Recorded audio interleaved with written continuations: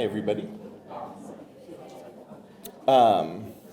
So a couple of thank yous to start us off with. Thanks to the Imagine Fund grants programming. They are the people who are paying for this fine evening. Thanks to the library and to the Department of English, Linguistics, and Writing Studies, whose eager collaboration makes these events possible. And now I would like to especially thank the person who will step up and say a few words for us in a few minutes, Jim Perlman, who really was the founder and energy behind the Poet Laureate program for so very long. He's got a few things to say.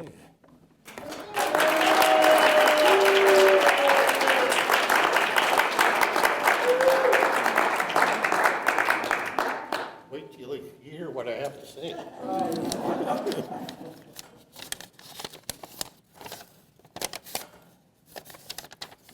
Clearly, I can see that poetry is alive and well in the Twin Ports.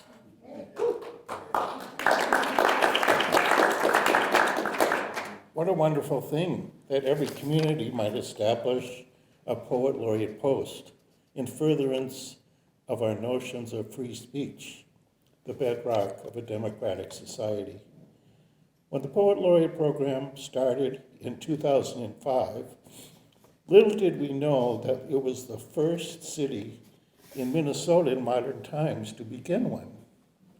Soon after, St. Paul, Winona, Red Wing began theirs. The Minnesota State Poet Laureate position was eventually up and running, selecting Robert Bly, Joyce Sutphin, and now Gwen Nell Westerman.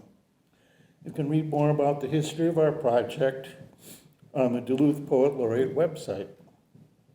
For 15 years, from its inception in 2005 to 2020, I was the founding chairperson. I extend my heartfelt thanks to our committee members, to our sponsoring organizations, and of course to the Poets Laureate who generously gave of their time and creative talents to inspire us all. I am now grateful to David Beard and his associates for keeping this dream alive in a time of life-threatening diseases and social political turmoil. Long live poetry, long live the Duluth Poet Laureate Project.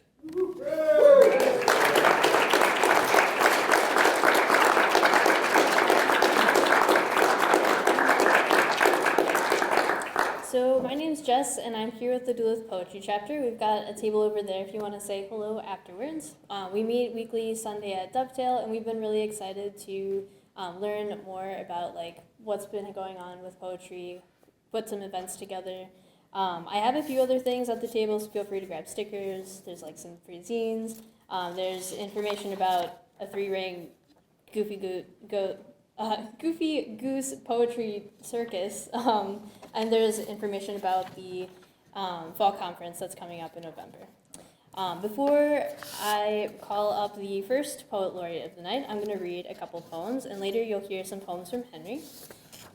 This one I wrote after reflecting on a night where I was taking care of a very rambunctious child. We watched a documentary about airplanes because I thought it'd be a nice, relaxing thing to do, and this is called Millennials Are Ruining Shopko and Capitalism is Ruining Airplane Safety. Don't bring bad news to the boss, they say, and I wonder who to deliver the message to. Heads nod in apathy, claiming to step up and not repeat mistakes. How many times do workers need to say, we're doing this too fast, or I don't think this is sustainable, or if we keep doing it this way, someone is going to die, before 2 airplanes crash within a year of each other on a perfectly sunny day? If Boeing can lie to the Federal Aviation Administration about how their airplane is built, is anything safe anymore? My local Shopko is closing, and my elders are wondering which corporate retail store is next. They're not concerned that raising a family takes more than 2 adults' income, the rising cost of rent, or that the planet is dying. Employees are more worried about quality than their bosses, more than the businessman selling the plane who thinks human lives cost less than the price of an additional sensor. I decided to read this one because I thought it was super strange that a plane crashed in Herbertown a few weeks ago. I don't know quite what was involved with that, but on a little bit more of a more light-hearted note,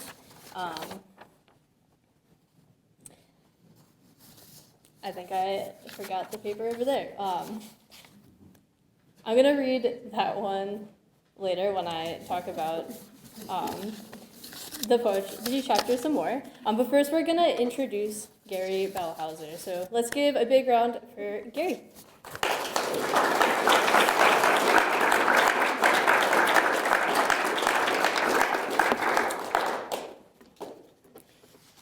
Thank you, Jess. Thank you, June, all of your hard work in making the Poet Laureate project such a success over these many years. I would like to read this evening from new work. This is a collection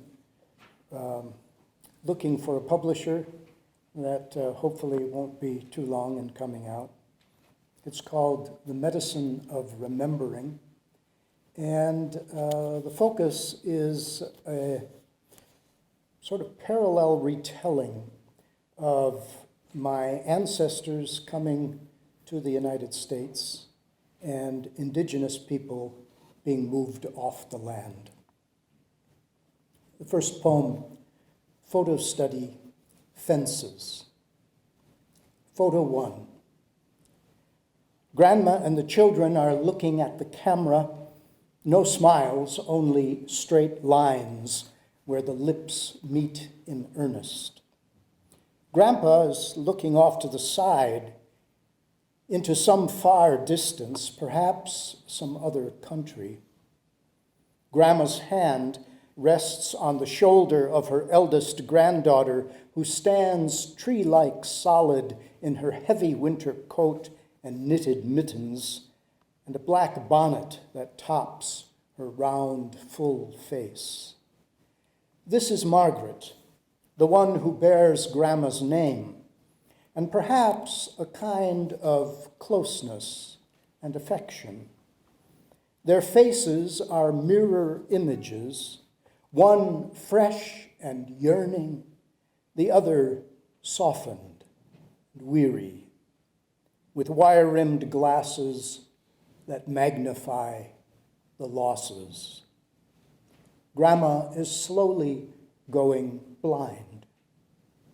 Rita, thin sapling, stands at the edge of the picture, almost out of sight. Bernard is bundled in a woolen one-piece snowsuit, so thick his arms hover at a 45-degree angle at his sides. I cannot see the black armbands that Grandma and Grandpa wore for that year after the two boys died in Holland, and again after Susanna's death in the new country. I cannot hear Grandma's howling grief and Grandpa's persistent prayers. They stand at the back door of the White House with clapboard siding. Here is the common story, the long journey from the old country with little children who grow up and marry and raise a family in a new land with a new language and live in a new white house. When I look closely, I see the white picket fence surrounding the yard to keep things in and to keep things out. Photo 2. A sea of small faces staring straight ahead. The young girls in the foreground are sitting with their obedient hands resting anxiously in their laps, all wearing versions of the same plain dress, buttoned in back, some with a little flourish at the collar. One girl in the front row has her arms boldly folded across her chest, and all the sad, hard faces say, "This is not home." This is not a photo for the children, not a memory or a celebration. This is accounting. This is testimony for the government that the Indian school can take the Indian out of the man. There are 8 long rows of boys, from the youngest to the oldest, all in uniform. The boys are standing at military attention, and all the battles are going on inside them. The stately school buildings are in the background. I cannot see the piles of hair as each child is shorn like a sheep upon arrival. I cannot hear the new names they are assigned. I cannot know the confusion of being beaten for speaking the only language one knows. From this distance, I cannot see the raw hands of the 8-year-olds forced to wash laundry every day. I cannot see the blistered fingers of the 10-year-olds or the bruises from the rod. I cannot hear the gasps of lungs ravaged by tuberculosis, or feel the itching eyes infected with trachoma and slowly going blind. I cannot hear the muffled screams of the young girls who will never be able to forget. But when I look closely, I see the ramshackle fence around the cemetery out back. I hear the grief of the grandmothers who were told too late.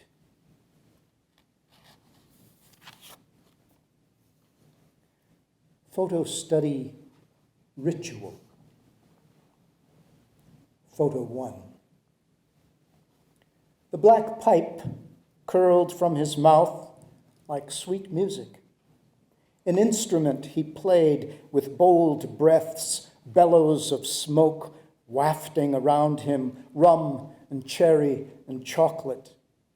He always brought it out at the end of things, the back 20 plowed, the farm all power takeoff fixed, the dance of the day all done. He would tap out the old char, open the pouch of moist tobacco, coax it into the bowl, pack it firm with his thumb, and set the blue flame just above the leaf to draw it down until the fire caught. He preferred Sir Walter Raleigh over velvet and half and half. It wasn't until after his death that I realized what he preferred was the ritual, the quiet celebration of something well done, the gift and grace of the day's work.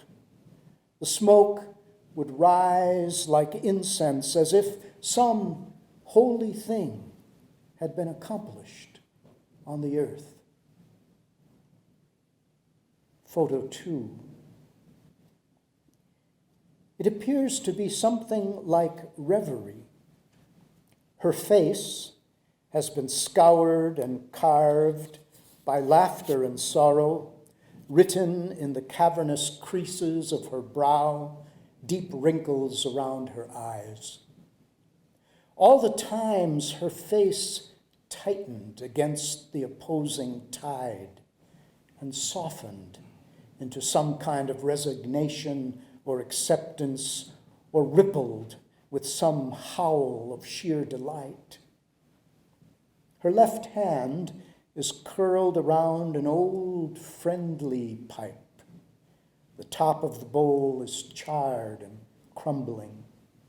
Her mouth is clamped around the stem. Her eyes are closed as she inhales, long and slow as time itself. In the background, a birch bark canoe, 3 new ribs drying in place to the shape of the journey, and her grown son dancing on rice. A world of prayers and rituals in every direction, seasons and harvests, spirits and stories dancing with the moon. What memory visits her now? the births of 7 children? Or is it death in the cupped, half-open hand resting in her lap? The silent draw inward, then a sigh, and the smoke like a ribbon unfurls from her pursed lips. The ordinary, holy ritual, a form of patience, a gesture of peace, made with her whole body, a way of sending prayers to all 4 levels of the sky. I'm going to pause while somebody sets up a few more chairs for folks in the back.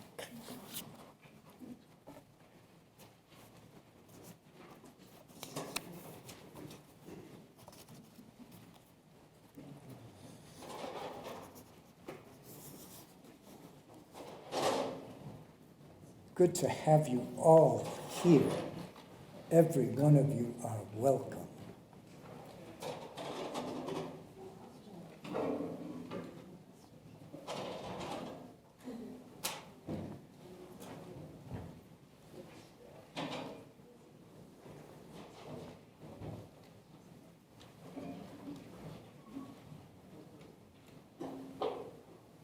It's always a good night at a poetry reading when you need to set up more chairs.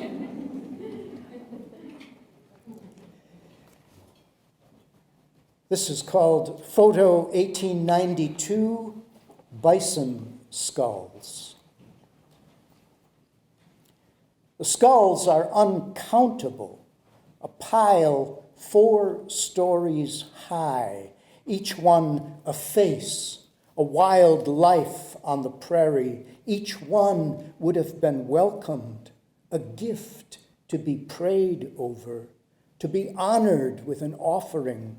Each one medicine and moccasins, blankets and leggings, every piece of the bison used and no life taken without need, passing on its wisdom to the tribe. Songs learned from wandering the wide prairie, stories of stars in the sinews of its flesh. This pile of skulls is slaughter, extermination, killing the people by killing their food, by sacrilege and insult, the slow starvation of body and spirit, the land changed forever, the eternal bounty slain, so the reservation becomes the only option, the promised annuity, the only way to feed the hungry children. How the buffalo dancer weeps for his relations, how to count the emptiness of the hunter and the lost medicine. The ultimate irony revealed in the caption of the photograph from 1892 of a pile of American bison skulls in Detroit, waiting to be ground for fertilizer.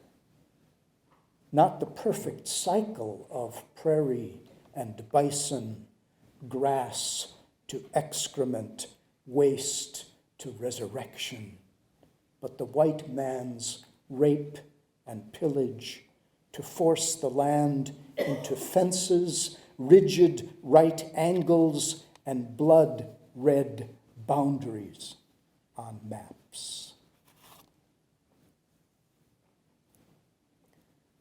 A last poem to bring us up to date. I wrote this after hearing a talk by Ruth Buffalo from the Fort Berthold Reservation. She's the first Indigenous woman in the North Dakota House of Representatives. This is called Charging Eagle. Ruth Buffalo from the Fort Berthold Reservation, first Indigenous woman in the North Dakota House of Representatives. said that the life expectancy of the Mandan, Hidatsa, and Arikara people is 51 years for men, 53 years for women.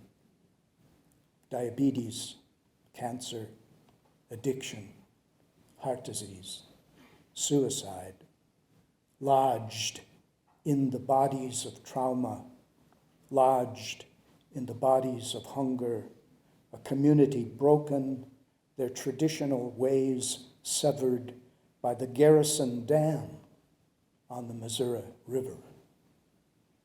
Thousands of acres of good land taken, the small villages of kinship and connection flooded, Red Butte, Lucky Mound, Nishu, Beaver Creek, Independence, Shell Creek, Charging Eagle, sacred sites and cemeteries, playgrounds and parks, Baby Hill, the gravesite for infants, deluged by the white man's waters. 1,700 people forced to move to Newtown, disconnected places, not allowed to cut the timber before the flooding, denied the rights to use the reservoir shoreline for grazing or hunting or fishing or irrigation. 25% of the reservation land deluged by the white man's waters, 94% of the agricultural land of the reservation sold. The original Indian agency, now at the bottom of Lake Sakakawea, farms and ranches liquidated, unemployment rose to 70%. I give you these numbers because I have not heard the stories. I was raised on history books that talked of electrification, that boasted of power to the people in megawatts. I have not heard the long lamentations that pour from the heart of a people when their land is stolen, the rhythm of their lives shattered and sundered, home, their place of belonging to the beauty of the land, flooded by the white man's waters of progress. I have not heard the stories, but the photo of the signing of the sale of 155,000 acres of land, the sale forced by the Rural Electrification Act, shows 15 men in business suits and fancy ties and polished shoes, and only one of them is weeping. Chairman George Gillette of the 3 affiliated tribes. We will sign this contract with a heavy heart. With a few scratches of the pen, we will sell the best part of our reservation. I try to listen now to the pen scratching that paper, to the bulldozers gouging the land and the moving trucks, to the tears of neighbors saying goodbye to neighbors. 6 dams on the Missouri. The story repeated, treaties betrayed, families forced to move to substandard houses, life ways taken and twisted, and always the sickness that follows. Thank you.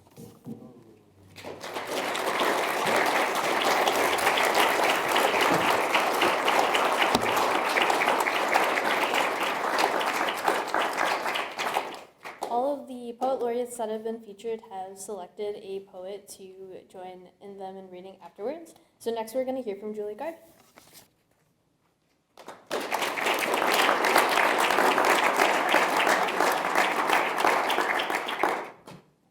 Hello. I want to say 2 thank yous first. One to David Beard for organizing not only this event, but a lot of events. Like if I organize one poetry reading a year, it stresses me out, and series and cool things. So thank you so much. We all appreciate it.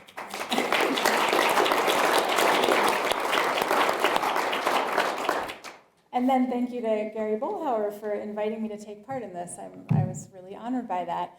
And when Gary asked me and we were talking about it, and I asked, oh, what are you going to read? And he said, read whatever you want. Don't worry about what I'm going to read. But I think his current project is just fascinating and really important. I also have an interest sometimes in looking back and writing off of old photographs, kind of a familial ekphrastic practice or something. So that thought brought me back to my first chapbook publication, Obscura, the daguerreotype series, based on a box of old photographs that daguerreotypes, which are those like 1850s, 1860s, somewhere around there, photographs that my grandmother gave me. A lot of them are unlabeled, and the ones I'm going to read, the poems I'm going to read now, I actually don't think I know who they're of, but I don't know if people used to trade daguerreotypes like we did school pictures or what, but yeah, it's mysterious. This first one is in the voice of the person in the image, who is kind of as I recall, a very serious-looking young man. I am slightly concerned and extremely nearsighted, hence the brow furrows that Hortense works out with her fingers in the dark. Is it worth this trip to town to sit still, unproductive, and pay for it? But it's a solid idea. No generation before was preserved with such accuracy, each wrinkle clear and strand of hair distinct. Once this image is set, I will examine myself with a magnifying glass and see more than in the mirror in life. The daguerreotypist disappears. He channels the sun through glass panes and mirrors until I am stricken. The lens observes me with sublime objectivity, immortalizing worry over a tooth that aches after tea. And these next two are, I'm the I voice observing the picture. I have found another child. She is disappearing, this one. What look like white bows are flakes of white showing through her hair where it has decomposed. Eyes intact and nose blurred by more rot. Where her chair was, glass clear. Where the dark edge of her sleeve had been, transparent. Grim fold of her skirt is haunted with white fallout. The sulphuret of silver ate her away over a century. A chemical misprint has rendered her illegible. But she was someone's child, mischievous and loved. She hovers in her underworld of coal and snow, willing herself above it with dimpled hands. And then one more here. A girl my daughter's age, gypsy, stunning, utterly alert. Rings etched onto right-hand fingers reveal her early marriage to beauty and reckless dancing. A child of the bleak Midwest defies her dutiful bloodline, takes to wandering and asymmetrical curls. Wry lip closes over a mouthful. They have caught her for 1 minute before her mind once again changes. Through her life, she stores them up, the revelations, the heaven and hell. I am not sure who she tells. A playmate, husband, river, aunt, dying elm tree, mouthful of jam. And then in thinking about ancestry and also about literary ancestry and how all of us as readers or writers kind of have people that come before us that I think sort of become part of us. And I think it's interesting to think how that's sort of more our choice than theirs, But this poem's about Anna Akhmatova. I've also thought of her lately, and this poem kind of deals with that, where, with all the fleeing from Ukraine with the war, now the fleeing from Russia with the draft, the choice is whether to stay or go in those kind of situations. And so in 1917, Russian Revolution. A lot of the intelligentsia left for very understandable reasons.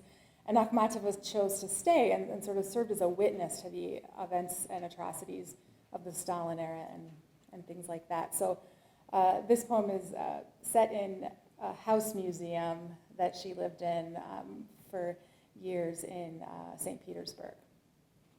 It's called Telephone Wire. I stood in Akhmatova's kitchen. Clothes hung drying and made the room damp, said the brochure. People wandered through like in any communal apartment and whispered into the phone. She walked among them in genteel slippers, halfway to the afterlife. There is nothing to say that Bloch has not said, Mandelstam, Brodsky, Altman, Modigliani. Tsvetaeva shaped her name into an old and slow lament. She chose to stay with her people. I sat next to her on a wooden chair, ignoring the rope and sign. Our mouths were smoky with cigarette and potato. We waited for the afternoon mail and the fall of the most recent empire, for some word of what had happened and what was to come.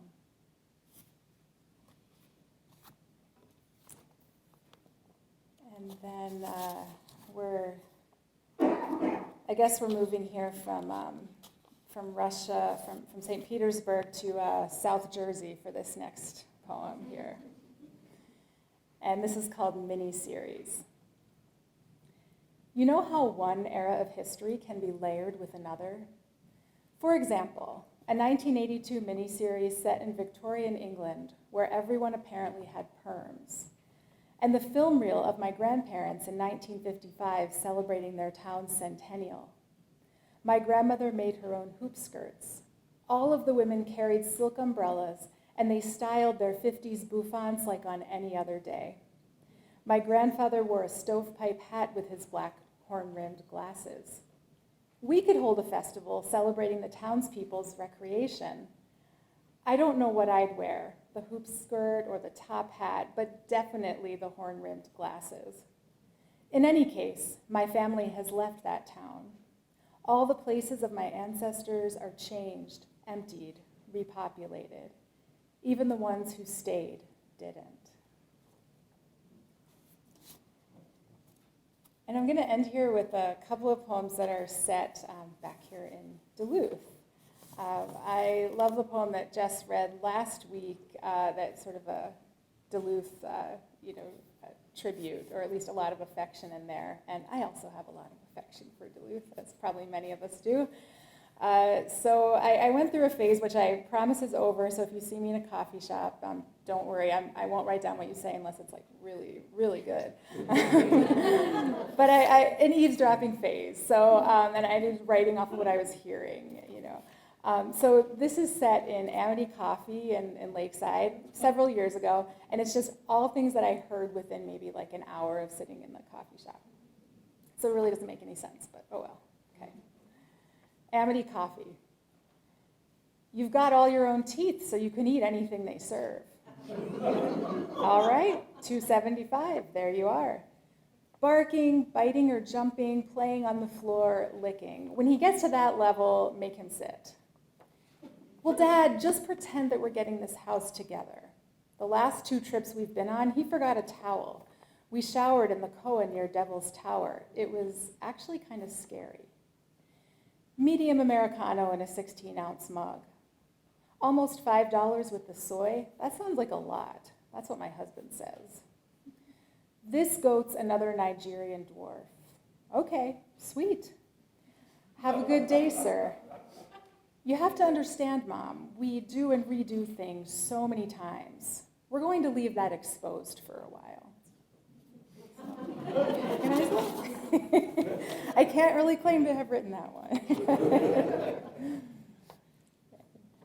And this last prose poem here was kind of an experience of that like hybridity that many of us or all of us have been involved in, where there's people over Zoom, there's people in person, all that. And this was a Day of the Dead church service, so there were it just felt like there were people coming in from everywhere. So that's what this is about. Astral Plane Church Service. Everything happens everywhere now. At the first hybrid outdoor service at the Unitarian Church, what started as motion on my screen is a still shot. It's a sweet one of kids in lawn chairs surrounded by fallen leaves.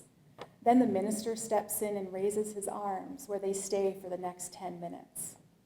It's Day of the Dead, and in physical space, children and grown-ups build a rambling altar for the ones who have passed, adding photos, crumpled envelopes, and porcelain birds.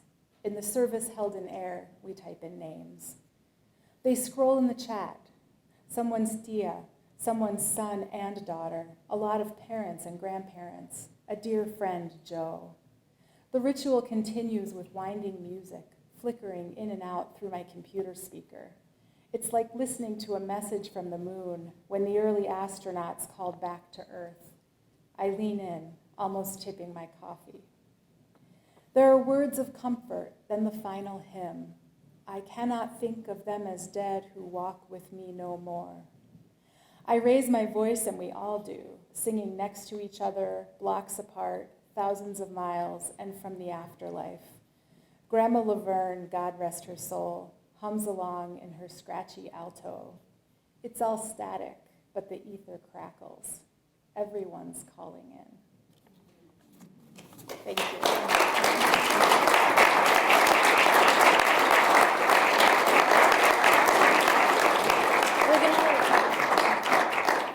We're gonna take a short break, so feel free to use the restroom, stretch your legs, and then we'll return back. How are you? Are you ready for poetry? Wednesday, Wednesday, Wednesday. It's Wednesday poetry in the Martin Library. Kind of works.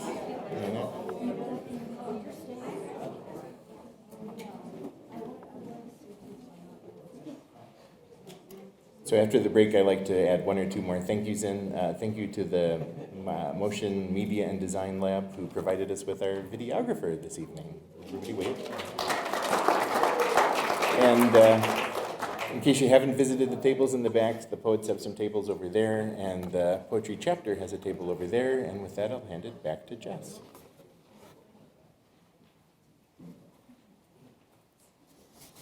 So one of the things that I really love about the Duluth Poetry Chapter is that we meet weekly. It can be really cool to check in with a group of people and a group of poets that frequently. Sometimes people will come in and they'll reference somebody's poem from the following week. It also can be really cool to be that attached to what's happening currently in our community. So we talk about like what's going on, we kind of group think about some of the things that are happening right in Duluth. So it really feels nice to have a space that's very oriented in connection in that way. So I'm really thankful to be here today and to spread the word about the chapter. I have a real quick poem before I bring Henry up. This one is called Rocky Sold His Dog, and You Can Too. Filmmakers from New York and LA swarmed a small town arts theater to explain how to make it big. Some people just aren't willing to leave their loved ones to gamble in dystopian America to be a background character in an already famous celebrity's life, they explain. I went home to cuddle my cat, who I wouldn't trade for $1 billion. How would I sleep at night, not knowing I could simply buy him back? So I was in town listening to panelists from, and they were convincing me to leave Duluth, but as Julie was saying earlier, I really love Duluth. I don't want to leave. So let's welcome Henry up. They're going to read a couple of poems before our next laureate comes up.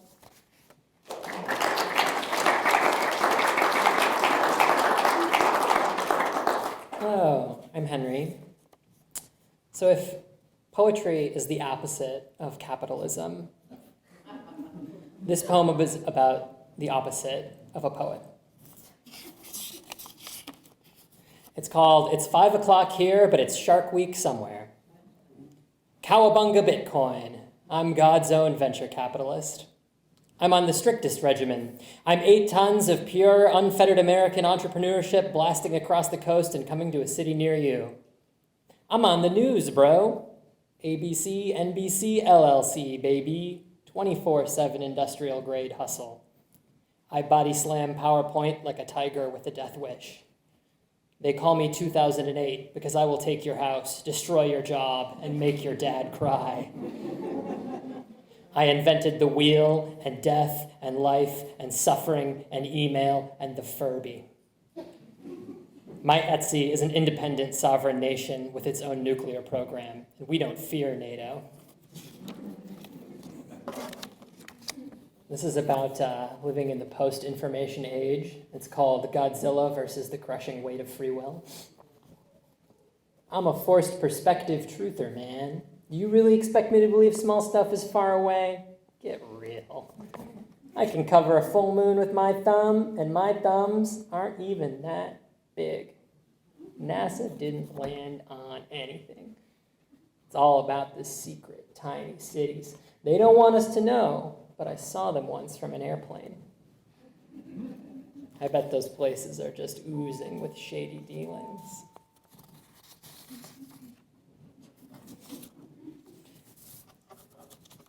This is called entrepreneurship. I have taken out a small business loan and hired 10,000 songbirds. Why? I wouldn't tell the IRS, and I'm sure as heck not going to tell you. Just kidding. It's for love. The investors are furious. Printer test poem number 1. Back to the old ways. Turns out, if you jam a squid in a shoebox, he won't print your English paper. Nobody wants to work anymore.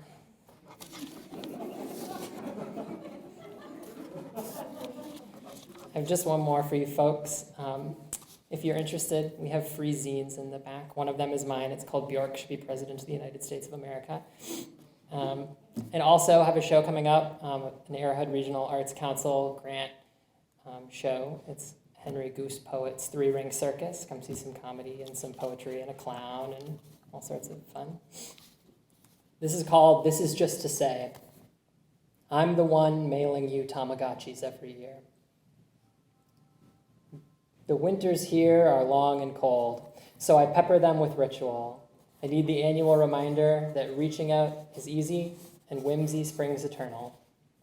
If the winters there are long and cold, it might be nice to love a plastic hamster from the 90s, or at least to get some mail you can expect but never understand.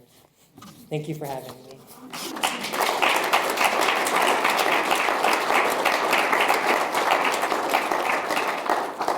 Next up, we're going to have our next featured laureate. Please welcome Jim Johnson.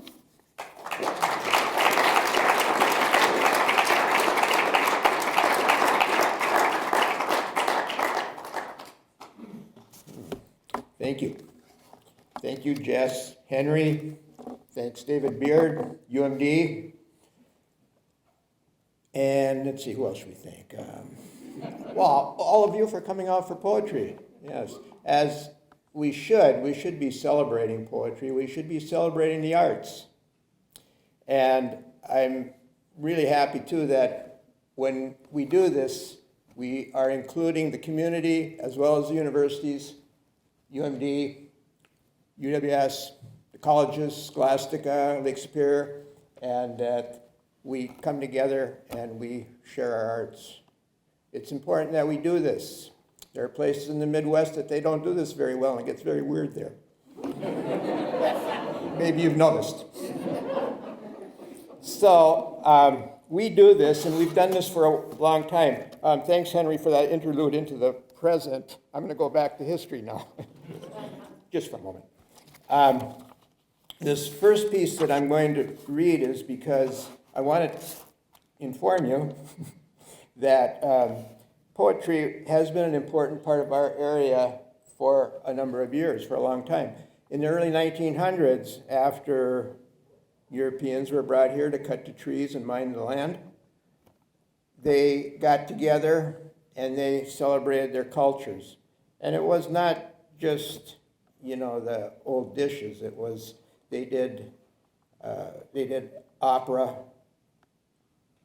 they put on plays, they performed music, and they read poetry. So poetry, going back into the early 1900s, is a tradition here. A lot of these programs were presented in what were called the halls. These halls were a lot of times divided by ethnic groups, by ethnicity. There was of course, for example, the Karelian Hall, the Ukrainian Hall, the Sons of Norway. The one that I'm familiar with is the Finn Hall, because my grandmother took me once. And so I decided to write about that experience, and I said it in the Cullewa Hall, which is a refurnished hall in Virginia, Minnesota. At Cullewa Hall, they met every Tuesday evening. First the women met in the women's room, and the men met in the men's room. Then they all became people again and went upstairs to the great hall. One time my grandmother took me with her. On stage there was a man so old his hair was gray and thin as a wasp nest in the rafters of the old hay barn. I know now that barn wouldn't last the weight of another winter. His hand shook as if a wind had come up as he put on his glasses. Then, I will always remember, he began to read. In those days, there was a sign. This room is equipped with Edison electric light. Do not attempt to light with a match. Simply turn key by the door. And it was as if his voice became the voice of Edison and turned that key. The men shut up. The women stood so still. They all wore dark dresses from the old country and huivis, scarves. They made themselves draped over their heads. Tears streamed down their cheeks. I asked my grandmother why they were all so sad. But she said, I wouldn't understand. It was poetry. I want to add, too, that poem was first published in a book called A Quap Label, which was published by Marlene Wasuri, Dovetail Press. And I want to tell you, Jess, that word dovetail is part of the history of poetry in our area, so just to be aware. Later, I did a number of books, or a number of poems and pieces on plants and animals in northern Minnesota. Just as history is important to know, so is the natural history. So I had a number of these, and I thought I would collect those together into a larger work.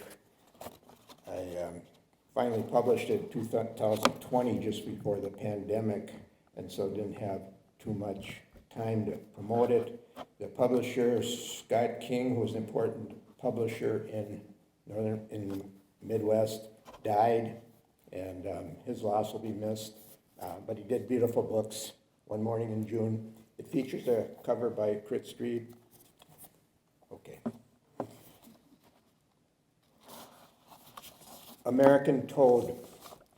Contrary to popular opinion, the American toad does not have an American flag stitched to its back like Peter Fonda in Easy Rider. In fact, the last American toad I have seen was green, dark green, Forest Service green, the same green as my pump. So green I only happened to notice the slight bulge on the snout of the pump was a hunkered down toad. When I picked it up, I noticed its belly was desert camouflage, as if ready for assignment to aid the oil-bearing oppressed. I, however, placed the toad back on the pump. No call-up today. Instead, I salute the green, the unnoticed, easy rider at home on my pump. Peace, man.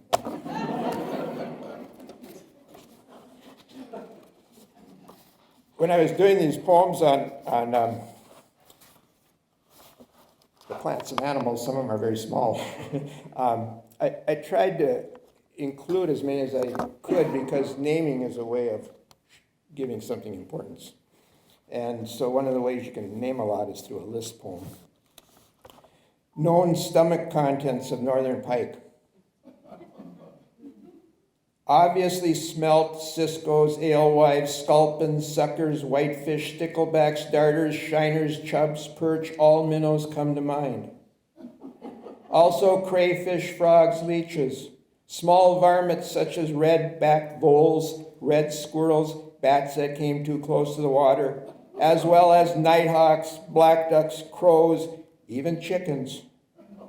Other items include open jackknife, crescent wrench, flattened tin cans, gold watch and chain, silver dollars, and rodeo belt buckles carelessly dropped, and what's more, ankle bracelets. Earrings either dropped or worn carelessly into the water. In fact, our mothers even told us we were just boys jumping into those cold northern lakes without suits, always swim on our backs.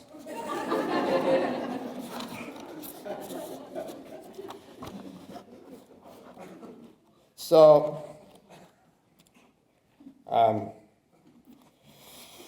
the title of this book is One Morning in June, and this is the title poem. We know that climate change has affected the creatures, the plants and animals, and through extinction and loss of habitat. We also know that their loss is also our loss. One morning in June, a woman driving a Toyota Corolla on Highway 1 between Finland and Isabella saw a cow moose beside the road, slowed down, looked ahead, and saw a bull moose charging her, the Toyota, hitting the grill and bouncing up and onto the hood, window glass breaking, moose falling to the side of the blacktop, bleeding into the club, moss, trout lilies, horsetail, and muck. After the cow moose ambled off into the white spruce, the woman watched the dead bull moose, so still, so long, its black blood coagulated and the hair between its toes turned green. She hadn't noticed her own face etched with glass, cuts, her wrists bruised, and the mosquitoes. Finally, she brushed her arm and her own blood appeared.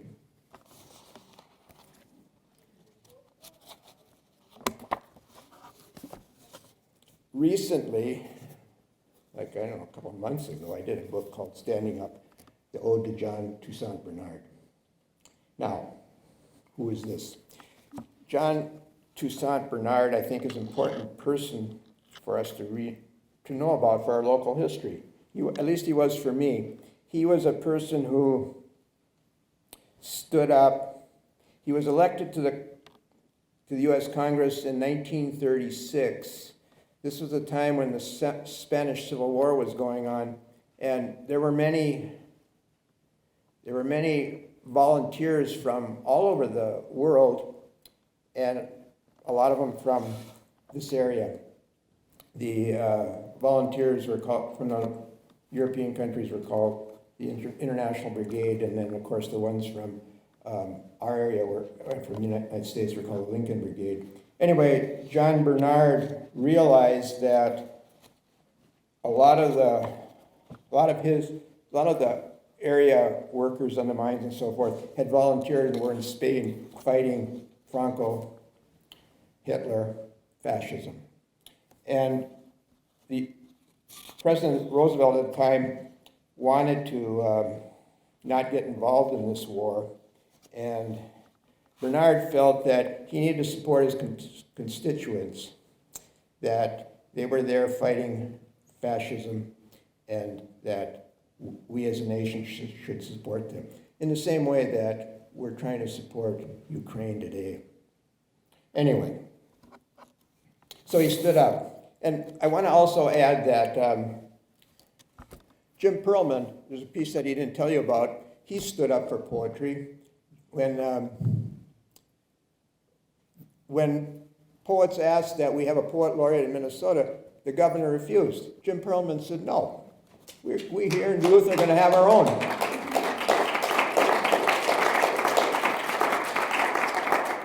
So that's why we're here. Okay, part of the reason, and important to remember. From the congressional record, this is, by the way, Bernard did this on his second day in Congress. So he was told that it'd be political suicide to oppose this bill. But again, like I said, his constituents were there. He wanted to support them. From the congressional record, Mr. Speaker, he said, I object Mr. Speaker looked right at him and refused to recognize him. Mr. Speaker, I object, he said, and Mr. Speaker refused to recognize him again. Mr. Speaker, I object, he said again, and I hear no objection, Mr. Speaker said, damned if he didn't. So unbecoming as it was for a second day, first and only, though he didn't know it at the time, term congressman, he stood there and damned if he didn't, said, I object for the fourth time. If I may state, said the gentleman from New York, that's how they talked. Like he was a gentleman from the moon. He was a gentleman from Minnesota. If I may state, the gentleman from New York said, the gentleman from Minnesota was on his feet and tried 2 or 3 times to gain the attention of the speaker and to object. I am sure the speaker did not see the gentleman from Minnesota. I think the speaker stated the gentleman's objection came too late. Mr. Speaker, he said, I object 4 times. Does the gentleman from Minnesota state to the chair that he was on his feet objecting to the unanimous consent request? Mr. Speaker, I objected 4 times. Was the gentleman on his feet? I objected, yes. I was on my feet. I objected 4 times. On my feet, I objected 4 times. Objection is heard to the unanimous consent request. So what Bernard did is he gained time to have a discussion over the bill. It was, actually it passed. It was for neutrality, and he was the only one to oppose it. They were defeated, or the bill passed 430-1, but that one day allowed 2 ships with arms to sail to Spain and help the cause. So I decided I was going to write about his story, and as I did, I was thinking about my own development, or what I call political social consciousness, and so I've interspersed some of those kinds of poems with the Bernard story. The first one, in this first one that I'm going to read a series of 3. In the second one, there's a woman who's, you may not recognize, maybe you do, but it's kind of old. It's an old-timey image. It's a woman named Tallulah Bankhead. Tallulah Bankhead was a socialite in Hollywood. She was something between a B actress and what was called at that time a floozy. And she was quite well known for her large hats and her name, Tallulah Bankhead. Congressman William, excuse me, that's the second one. And the first one I'm going to read is one of my growing up pieces. And I just have to tell you on this one that when old people tell you how it was colder when they grew up, climate change data has verified it was true. So, every night after school, all winter long, hockey stick over my shoulder, skates hung from the blade like a hockey hobo, I walked to the rink all January, February, below 0. Knitted wool cap, liners for my choppers, socks, gifts from my grandmother every Christmas until dark, then walked home. After homework, sharpened skates, taped sticks. My dad worked for Mintac, so I had tape, friends. Later, in college, defensemen taped white, forwards black. But in those days on the iron range, we only had black. Late afternoons in winter, then. Congressman William B. Bankhead tried to tell him. As I poured myself a glass of 4 roses, offered him, but no. So I told him how thin the flame on his political future as I lit a Cuban El Rios cigar. And do you know what Congressman Bernard, of course you do not know what Congressman Bernard replied. Congressman Bernard said to me, after I told him, he said to me, the Speaker of the United States of America, House of Representatives, Congressman Bernard said to me, I have been in Congress 2 days. So I have lived without being a congressman before, and I can live without being a congressman again. Maybe then, I told him. Yes, I told him. I told him then, you should go back and work in the mines. Congressman Bernard, who must have known how thin the flames and the candles in the mines, replied, I know now how thin is then, as Congressman William B. Bankhead added. I am so glad my daughter Tallulah never went out with such a man. Then in March, the days longer, the ice, the snow melted and flowed in the gutters, in the streets like rivers, rivers flowing through the streets of Eveleth. Once, I saw old man Merkenich, I called him Mr. Konich, fishing in the gutters in the streets of Eveleth, who asked me if I would hold his rod. He had to go in the house, just for a minute, he said. And as I held his rod, I felt, as poetry was, I supposed, a tug, and reeled in a walleye. About 1.5 pound walleye, he insisted I take home to my mother. I'll finish with one more, sort of a history poem. Maybe it's current too. Potholes, Duluth. At the end of winter and the beginning of spring, because of the heave of thawing and the contraction of freezing, the roads up and down the hillside are pitted with potholes. I've broken a steering rod, lost a wheel cover that punctured a tire that went suddenly flat, unbalanced my mind, lost my alignment and all sense of direction. I've never fallen in, but you, if you're not careful, could lose your car. City street workers try to mark them with orange traffic cones.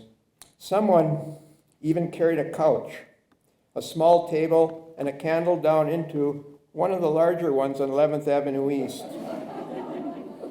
Every Tuesday evening, inside that pothole, the neighbors held poetry readings, though not many people came. Thank you.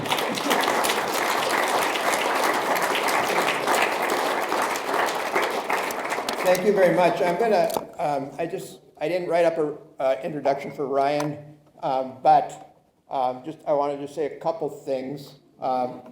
If I had the introduction written up, I could list a long list of publications, magazines he's published in, like American Poetry Review and things like that. And he's written 3 books, and he has also read in a hall, I believe. I think it was called Carnegie Hall. So, yeah. But the most important thing I think I want to say about Ryan is I like his writing. Ryan Vine.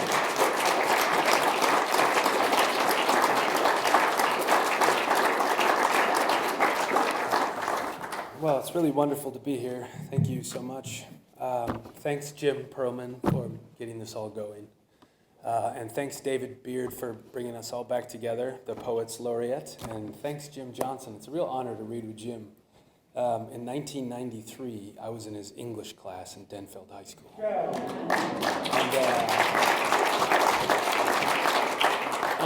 I think, my memory is a bit hazy in those years. And Jim knows me as somebody who just kind of pop in and out. But I think it was those years, and in Jim's class, particularly his Walt Whitman fan club, that I fell in love with poetry. Like, I would sit in the back while he just read from Leaves of Grass, and I thought, what a wonderful thing this is. And I hadn't experienced it till Jim's class, so thanks, Jim. And in the spirit of looking forward in this program, I'm going to read all new work, and only one of these has been published, so I don't know, maybe they're good, maybe they're not. So they're mostly about my children. The pandemic just, I was in the house for 2 years with kids. And thank you, Jess and Henry. Those are wonderful poems. I'm sorry I didn't thank you before, but yeah, that's great stuff. It's really wonderful. So I'm in the house for 2 years, and what are you going to write about? But what's in front of you, right? So before you have kids, people tell you how wonderful it's going to be and how excruciating, just joyful, but also terrifying. But nobody tells you about the excruciating boredom. And then the accompanying guilt, because you're like, you shouldn't be bored. These are your children. These are the moments. So this is Tick Check. I try to catch each kid coming out of the shower. That way I don't feel like a prison guard ordering them to strip and spin. Arms above your head. Now grab your bits and lift. I once showed Leo and Eiley a photo of meth mouth to get a warning about toothbrushing through. I raised the tablet and they ran, screaming down the dark hall. The poor woman's face alight in my hand, a crumbly hole. What kind of father am I? I'm trying to be here in these long moments where nothing happens but window smudges soaked with sun. Then comes the wet oration, the curtain flung, Leo's towel tossed back like a royal mantle. And now I split Eiley's damp hair into rows down which I work to keep my attention and not float away again to become like an alien, high above a foreign world, afraid to find the life for which I'm searching.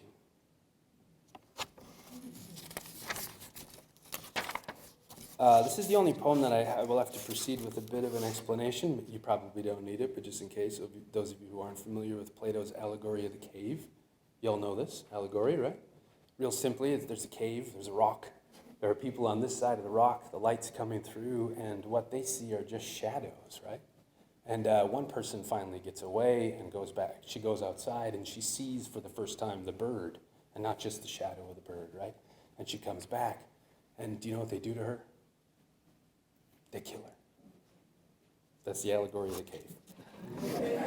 And so many times in my life, I'm like, that's the allegory of the cave. It's happening right now, right in front of me. So I've been trying to write about it, and I think I've figured it out, maybe. The cave.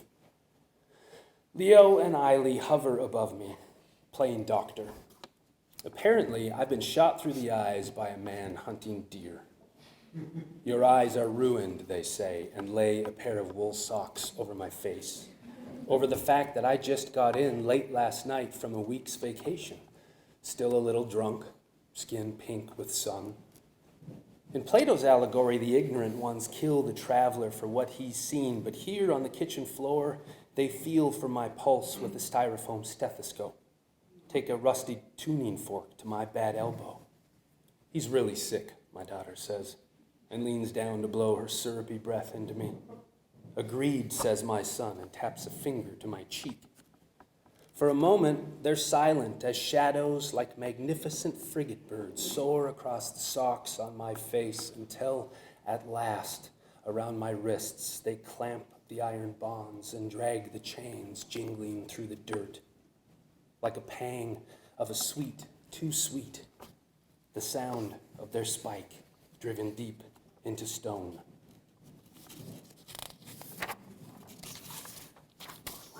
Maybe it doesn't work. This is junk drawer. Is that me? Am I moving too much? Junk drawer. Don't just go shoving your hand into it. Den of domesticity that it claims to be. Still some things in there can cut. Sewing needles, broken scissors, the loose tacks, like little assassins, their small hats hiding the single thought. But if you're careful, you can usually find what you need. Pencils, stickers, patch for the backyard pool the kids pop every summer. Eventually, we started putting everything in there. Screwdriver, tape measure, bike parts, pine cones. So the drawer's always almost shut. Notepads sticking out like an underbite. Still, we threw in Petoskey stones, plans for the winter fort, decades of old school photos, the frozen river, horns from the salties in the harbor, and I swear I just heard my children as they were years ago, Leo and Eiley, running home from the bus, impatient to play, planning out the next scene of a lifelong game before they filled the backyard with their squabbling and laughter. It's amazing. This thing closes it all.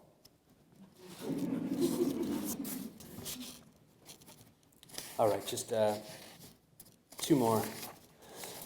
See, the danger of writing about your kids is they're so sweet, you know? So you're always like really risking falling into that completely sentimental place. My daughter leads me into the woods, to a place across the street she wants to show me, to the hollow beneath the grove of squeaky willow, to a crick in the creek she's cleared of snow, to the spot she was standing when she first saw the deer melt on the hillside. 3 bright green portals to sunnier days, where a mama, I try to explain, and 2 fawns must have spent the snowy night, but before I can finish, she grabs my hand and squeezes. And for most of my life, I've wanted language always to accompany me. But for right now, I'm good. And the last poem. And thanks again for coming out. And it's been a good night. Preschool. We're walking to the car, crunching snow across the yard, overburdened as usual with backpacks and books and lunches and bags, when my son says, "You would make a good grave." "What?" I say. "My gun could do that." "You don't have a gun," I remind him, as he climbs into his car seat and waits, smiling, for the familiar zip and click of the belt. "Dad," he says, staring down his finger gun inches from my face, "you're my best friend." Across the street, the birch look thinner and whiter in snow. I turn off the news, but too late, and drive slowly, so we can watch 2 crows tuck and shoot through the tangled branches like the 2 he loves from his favorite storybook, Odin's Black Angels, Hugin and Munin, thought and memory sent out across the world each morning with the hope that they come back. Today, luckily, we unbuckle his seatbelt, and my son kisses my hand before we cross the street. Today we hang his coat on the hook by his name, and he runs through the open door and into the bright room of children playing without saying goodbye. Thanks.